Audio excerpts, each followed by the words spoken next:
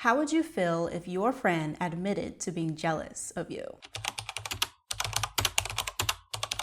Well, recently, the internet has been divided over this video where a woman openly admitted that she once felt jealous of a previous friend. And she also posted a second part to clarify certain things as well. And the reactions to it were both fascinating and honestly concerning. See, on one side, people immediately demonized her by calling her demonic, that she's a monitoring spirit, and even saying that she may unalive someone. And some even claimed that they've never experienced jealousy or envy in their entire life, which to many of them means that it is not normal and that someone is inherently a bad person because they experience it. But on the other side, there are those who defended her and said something that's actually a lot more grounded in reality, that jealousy and envy are normal human emotions, and that the real issue isn't whether you feel them, it's what you do with them.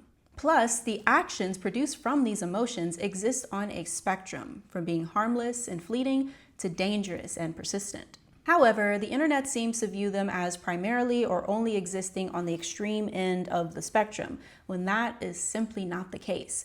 And when we look at the actual research, envy and jealousy are far more common than people tend to admit or even know.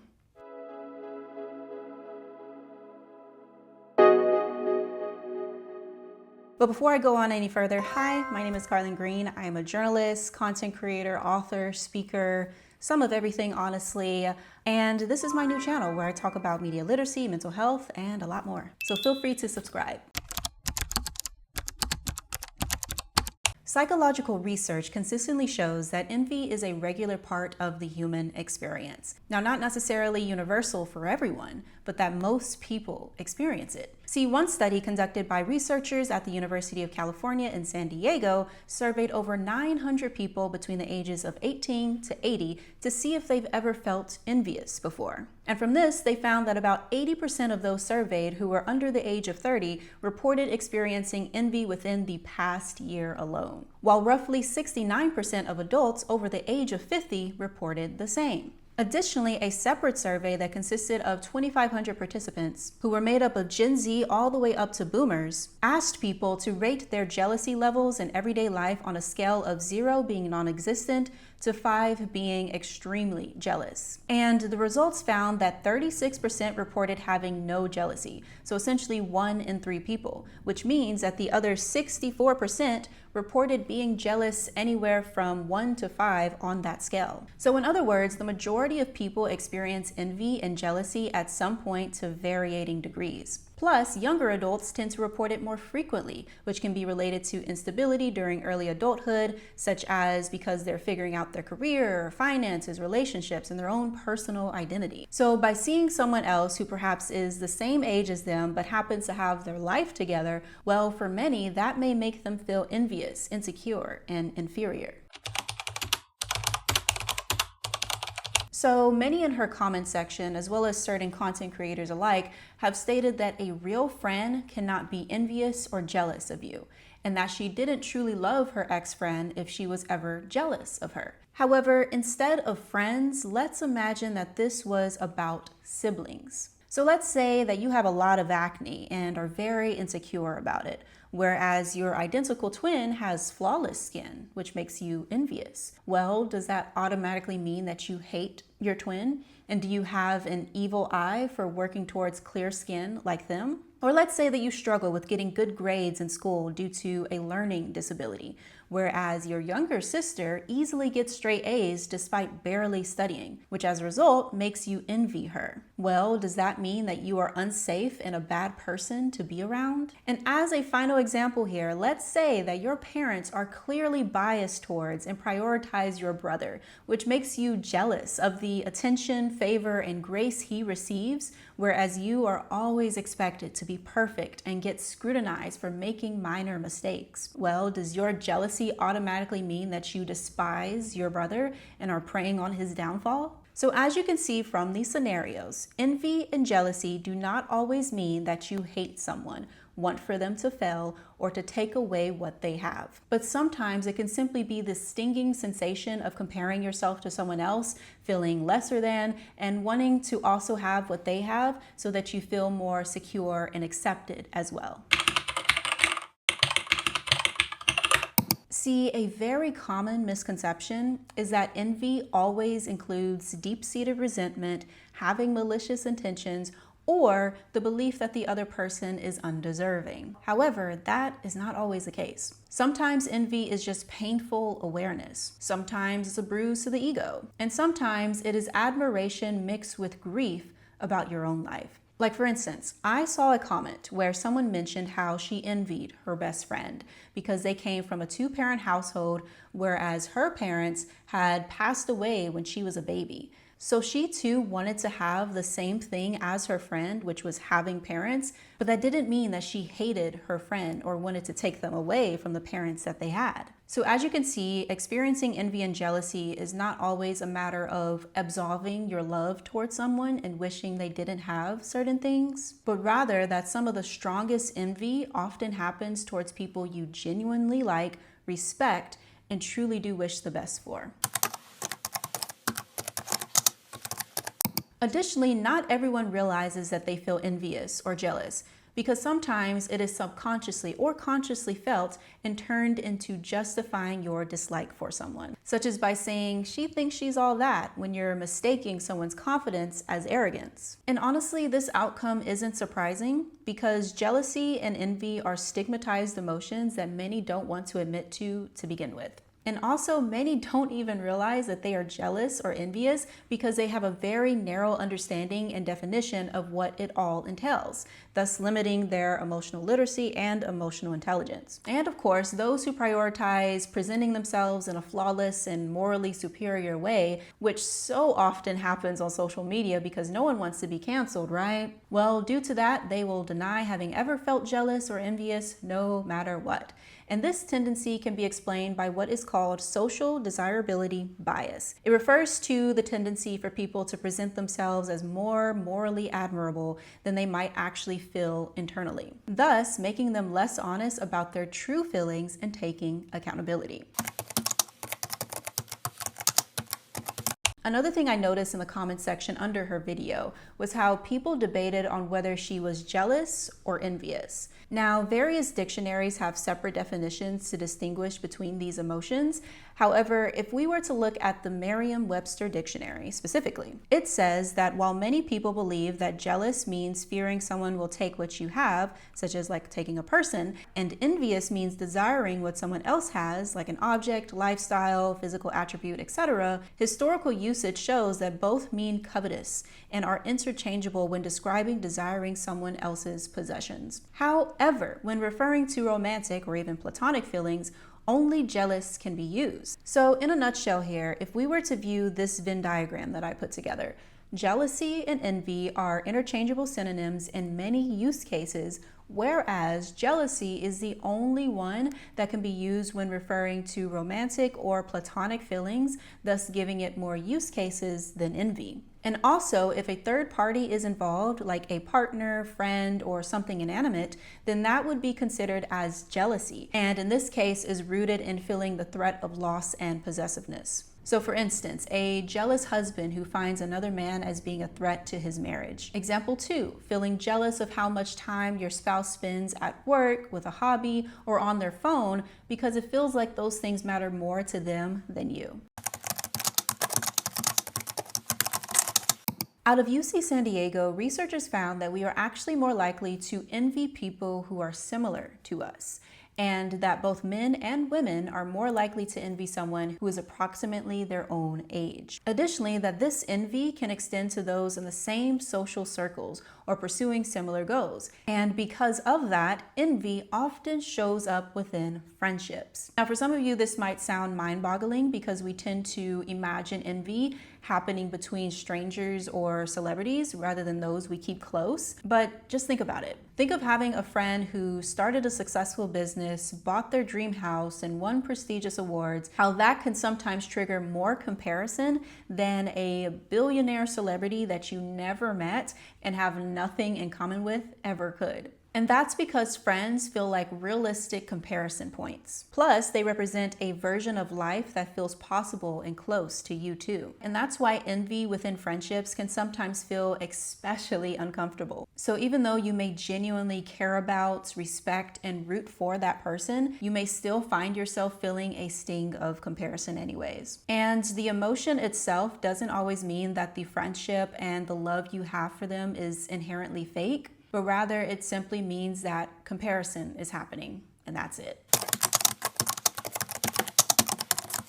So research has primarily distinguished between two different types of envy: benign envy versus malicious envy.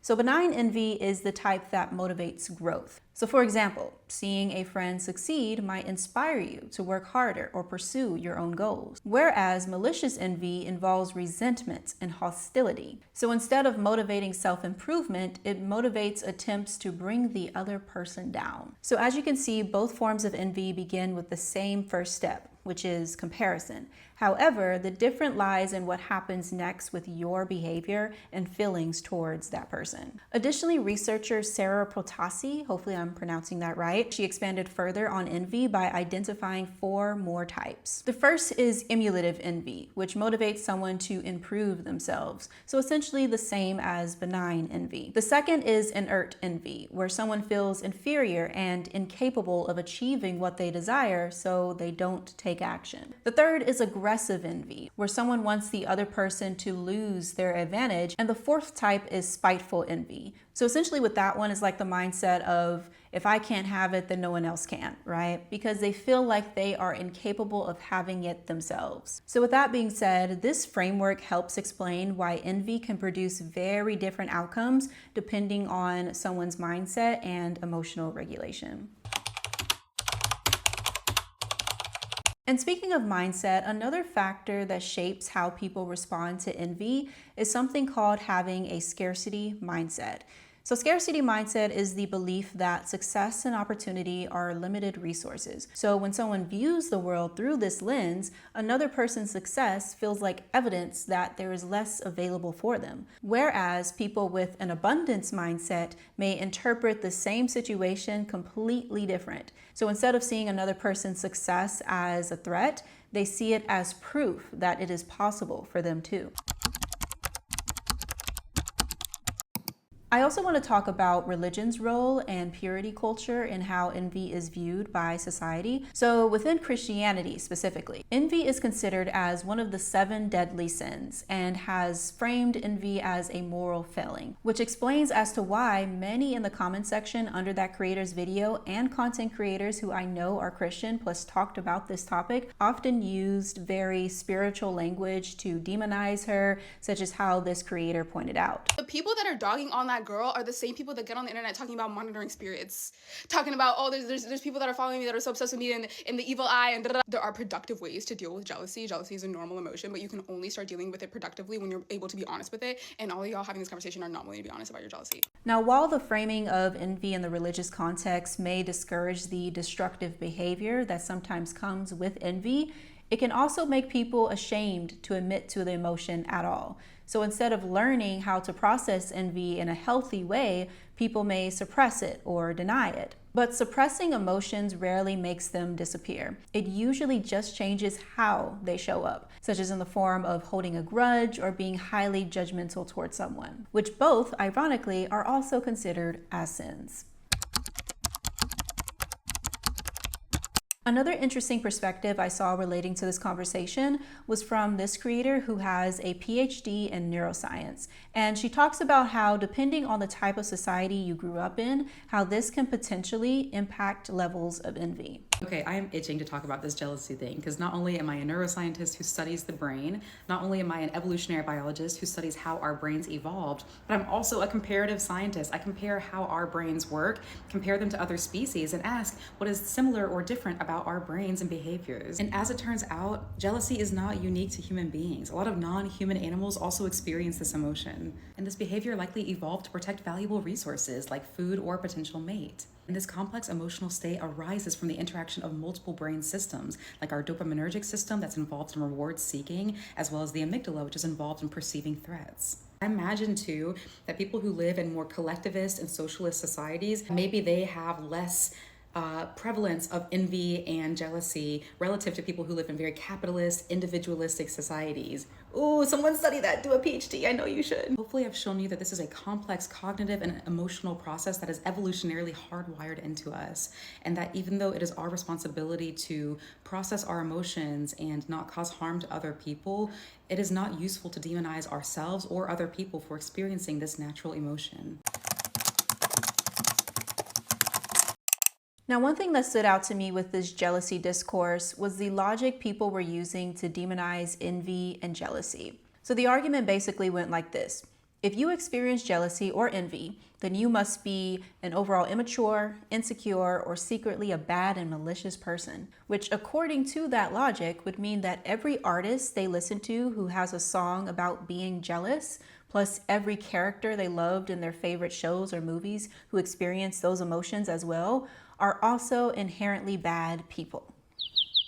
Fascinating. So as you can see, this reasoning doesn't really hold up when you really critically think about it, rather than defaulting to black and white thinking, as social media discourse so often does. Additionally, envy isn't the only negative emotion humans experience. For instance, anger is also a negative emotion that you may sometimes feel towards a friend or a family member. But does that always mean that you hate them, are toxic, and may end up causing them physical harm? No. Not all the time, because typically that anger is very fleeting. And even love, which is arguably one of the most celebrated emotions out there, has motivated people to do absolutely terrible things when it becomes obsessive or possessive. So if simply experiencing a negative emotion automatically made someone immoral, then every human being would fall into that category at some point. Plus, I'm pretty sure that you have been angry or even annoyed by someone who you still love no matter what. And with all that context in mind, that is why emotions themselves are morally neutral. So think of them as signals rather than verdicts of someone's character and intentions. For instance, anger can motivate someone to stand up against injustice. Fear can protect someone from danger. And envy can reveal what someone truly desires or feels insecure about. So the real concern isn't whether the emotion exists, but how someone chooses to respond to it. Because someone can feel envy and use it as motivation to improve their life, or they can let it turn into bitterness and sabotage. So when people online claim that the mere existence of envy proves someone's character is flawed, they're simply conflating emotional experience with bad behavior and bad character. And that's where the logic simply doesn't add up. An observation I've made in this jealousy discourse is that people often expect friends to be morally perfect in ways they don't expect from romantic partners or family members. And I think part of the reason for that is because friendship tends to function as mirrors of self-identity, which means that the people we choose as friends often reflect who we believe we are, or at least aspire to be like. Which is why we gravitate towards individuals who share similar values, humor, interests, and moral outlooks on life. So when a friend expresses an emotion or behaves in a way that doesn't align with how we see ourselves or want to be perceived as, like admitting to envy, for instance, it could then feel very jarring and sometimes irredeemable. So instead of interpreting it as a normal human experience, because again, no one is perfect, we may quickly label it as a character flaw because it disrupts the image we have of both them and ourselves. There's also a structural reason that could explain this. So in many societies, friendship is treated as lower on the relational hierarchy compared to family and romantic partnerships. And marriage, as well as familial relationships, are often framed as lifelong commitments that require patience, forgiveness, and perseverance through conflict. However, friendships are frequently viewed as optional or easily replaceable. So because of that, people tend to give friends less grace when they make a mistake or do something completely out of character. And when something uncomfortable happens, whether that's jealousy, a disagreement, or conflict, the response is often to distance ourselves rather than communicate and to repair. Another observation I've made in this jealousy conversation is that many of the creators, as well as those who confidently say that they've never been jealous or envious of anyone, often appear to be quite privileged in several ways. So for instance, some already live extremely comfortable lives with significant disposable income. Others benefit from conventional attractiveness by being very fit or having the kind of appearance that society tends to reward. And many also seem to have a higher education or a stable and prestigious career. So when someone occupies multiple positions of privilege within a social hierarchy, it naturally reduces the number of areas in which they feel disadvantaged or inadequate in comparison to others. So essentially, it's like they already won the game of life and therefore are significantly less likely to experience envy and jealousy than someone else who is unhappy with where they're at in life, such as the girl who started this discourse to begin with. And on top of that, many online creators have strong incentives to present themselves as morally flawless, because after all, their career, money, and the lifestyle it gives them depends on likability. So by admitting to jealousy, that could risk damaging their brand, losing followers, or even appearing spiritually flawed, especially if they come from religious backgrounds where envy is considered as a deadly sin. So all of these factors together make it far less likely that they would openly admit to experiencing envy or even recognize it within themselves.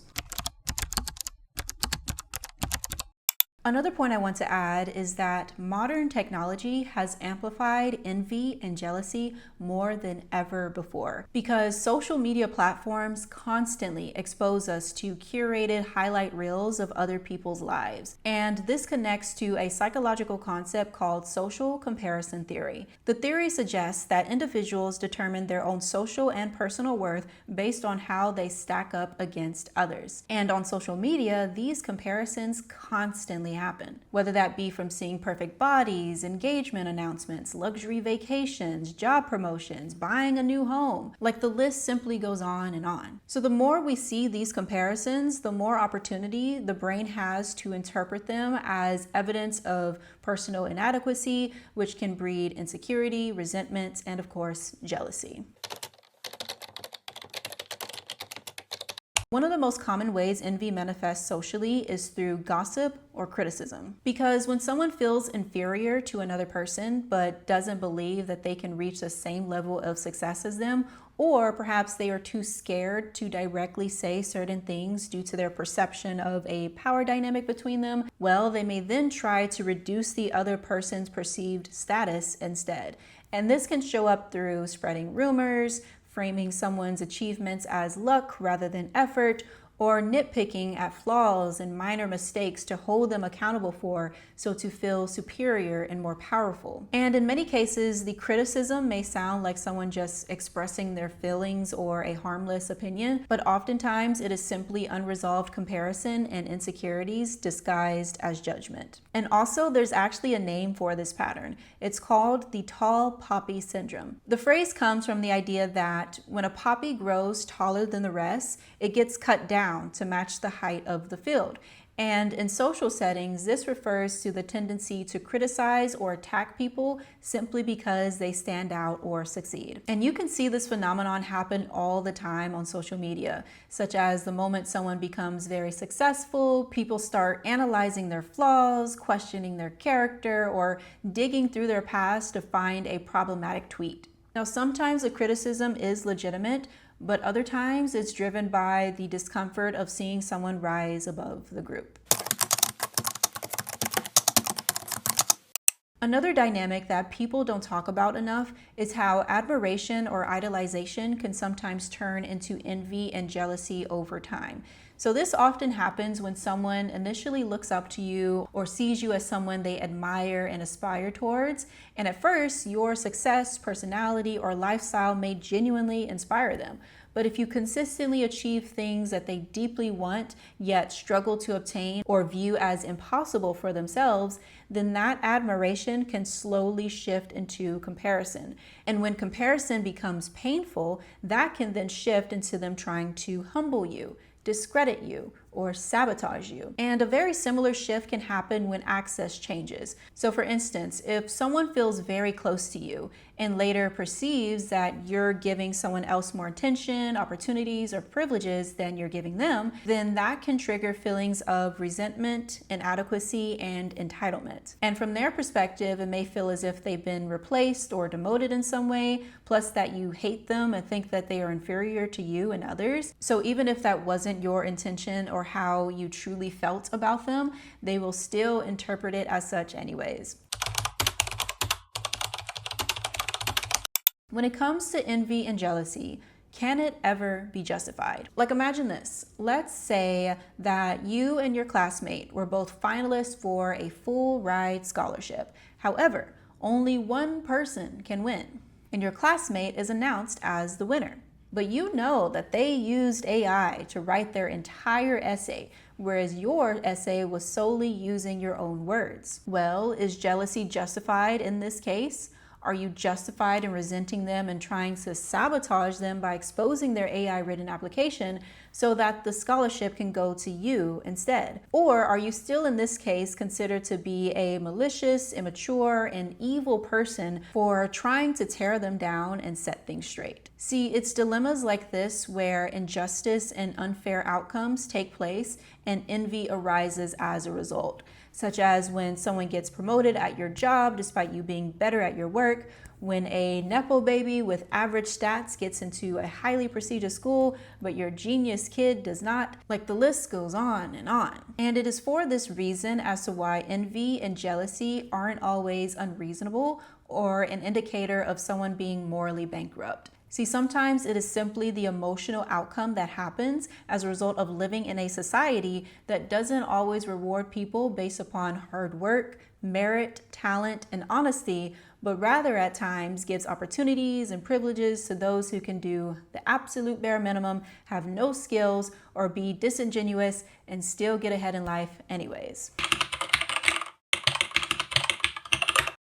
Now, I want to discuss some common signs of envy, which may be coming from someone you know, or perhaps you yourself, and you simply don't even realize it. So some of these include feeling irritated by someone's good news, constantly comparing yourself to a particular person, minimizing their achievements, or feeling strangely relieved when something goes wrong for them.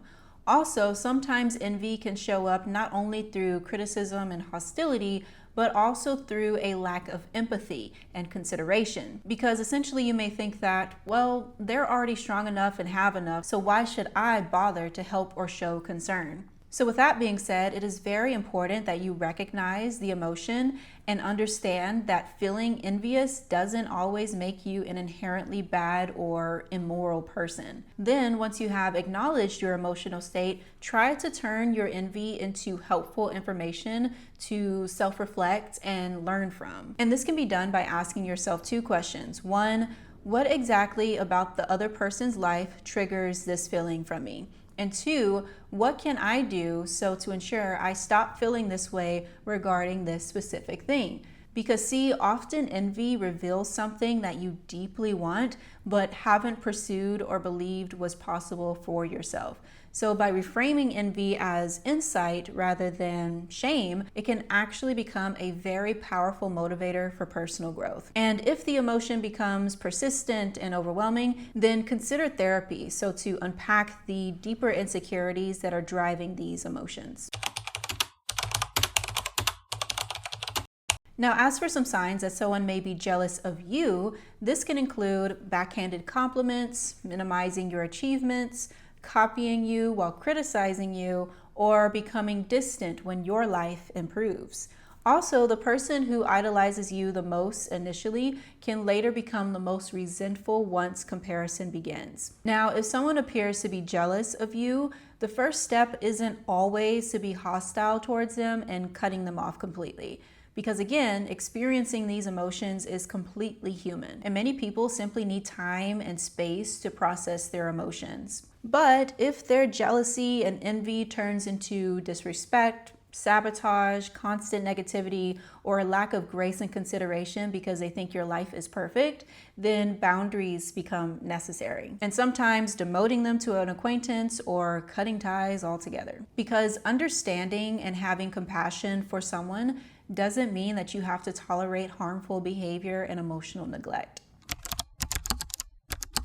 At the end of the day, envy and jealousy are not always proof that someone is evil, immature, or toxic, but rather it's simply proof that they are a flawed human being, just like you. And honestly, this very divided discourse online reveals something deeper about how uncomfortable people are with acknowledging certain emotions, and also the constant failure to consider nuance on social media, but instead jump to worst case scenarios, like thinking, I forget I have a cuckoo clock. And the constant failure to consider nuance on social media, but instead jump to worst case scenarios, like thinking that the girl who started this discourse could kill someone. Plus, this reveals how admitting to envy can easily get you dogpiled online and can feel embarrassing, taboo, or sinful to many. And that many are so quick to label someone as insecure, immature, or malicious. But at the end of the day here, simply remember that the real determining factor of if envy or jealousy becomes toxic actually relies on what someone does with their emotions. Because again, some people transform it into motivation and growth, whereas others allow it to turn into resentment, gossip, and sabotage. And that choice is ultimately what shapes someone's level of emotional maturity. But even so, maturity is something that can be improved upon for as long as you are self-aware enough and willing to take accountability plus change, such as how the creator who sparked this conversation did herself.